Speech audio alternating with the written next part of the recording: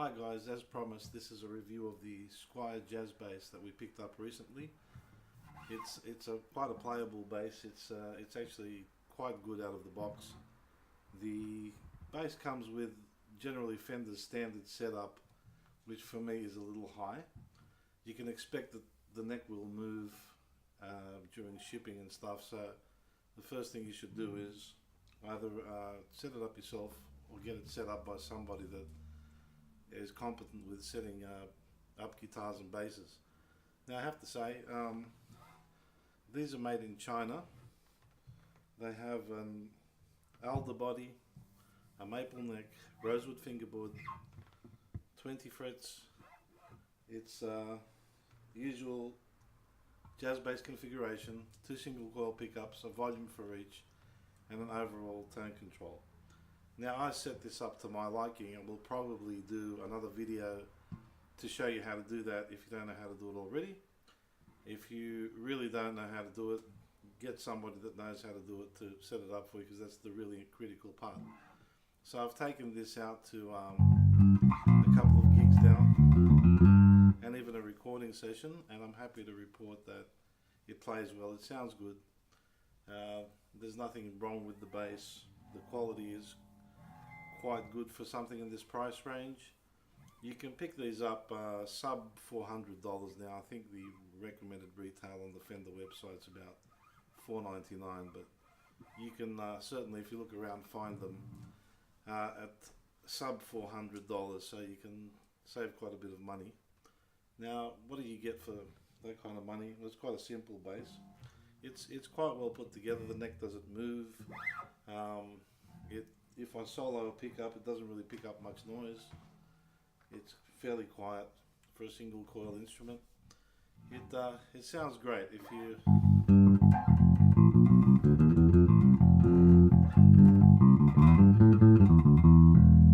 now that's just going through a Roland Cube amp.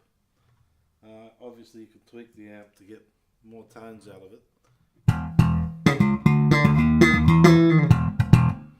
It's got a reasonable amount of bite for passive pickups. The neck is quite thin, like a jazz bass should be. You can get a P bass in the Squier Affinity range that's a little different. It's got a split pickup, only one pickup, one volume, one tone. I like the jazz, gives you a few more tonal options. All in all, it's quite playable, and as I said, I've been gigging this, so it's worked out very, very well. Now, a couple of things that I recommend. Firstly is a good setup. We'll probably do a video on that. You can learn how to do it. It's quite easy. It makes the biggest, most important difference when you get the bass. Now, if you do pick up a cheap bass, and sometimes we get, well, we used to get things like this for not much money at all, you know, a couple of $100.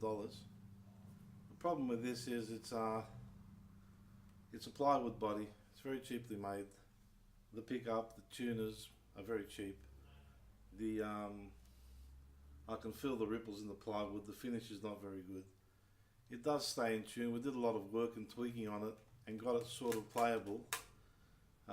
But the truss rod in this is at the end of its adjustment. It's still not quite right.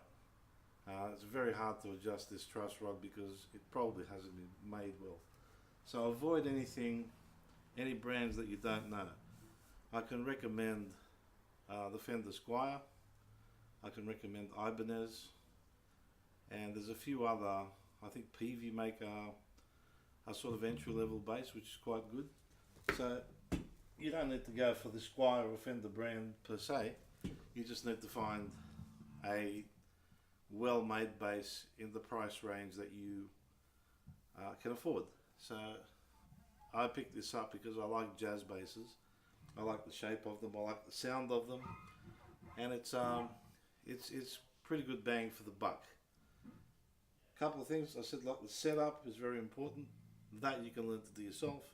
The other thing is invest in some strap locks straight away. These will stop the bass coming off the strap, because as you take the strap on and off, the hole in the leather tends to stretch a bit, and then it comes off a little too easy, so you don't want to drop the instrument while you're playing. These ones here are Dunlops, and they just very easy. Just take the screw out and change the pins on both sides, and then they just click in, and you get that really solid connection. So it's very, very cheap insurance to ensure you don't drop your bass, which is the last thing you want to do when you buy a new bass. Playability wise, it's after a setup, very good, very consistent, very comfortable, fairly lightweight. Other options for upgrading these, and a lot of people do it, to change the pickups, perhaps active pickups. I've got EMGs in my other bass. They give you a little bit brighter top end, a little bit deeper bottom, and a sort of an active sound which is a little bit compressed. It's a nice sound. I like it. I use it a lot.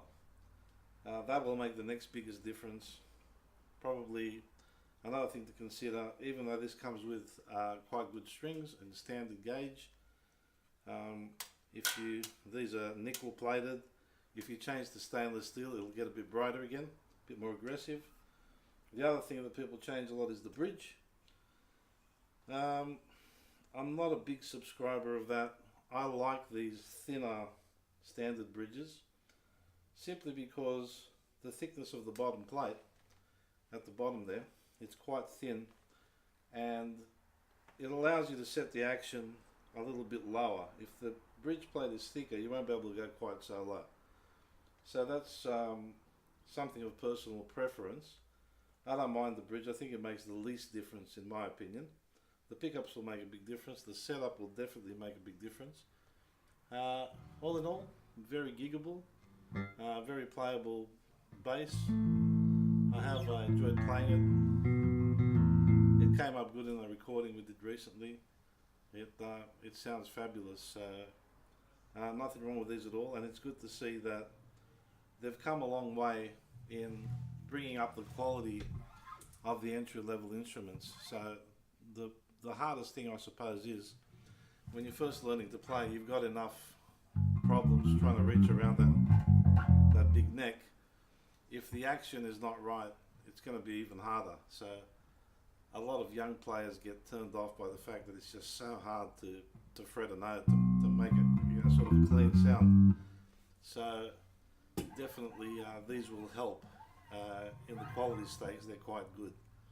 So that's it. I'll probably put together a video to show you how I do my standard setup, the sort of things that I measure. And the importance of measuring is that if you pick up any other bass and you set it up to those same measurements or very close to it, you'll get a very familiar feel. Now some necks will be thicker, like a P bass, so it will definitely feel a little bit thicker, but the action of the instrument, the playability, will be very familiar to you. So that's it for now. All in all, great little bass. I can recommend them. If you're looking for an entry-level instrument or a second instrument, there's a backup to your main instrument. They work really, really well. Now until next time, keep well, and I'll see you guys in the next video.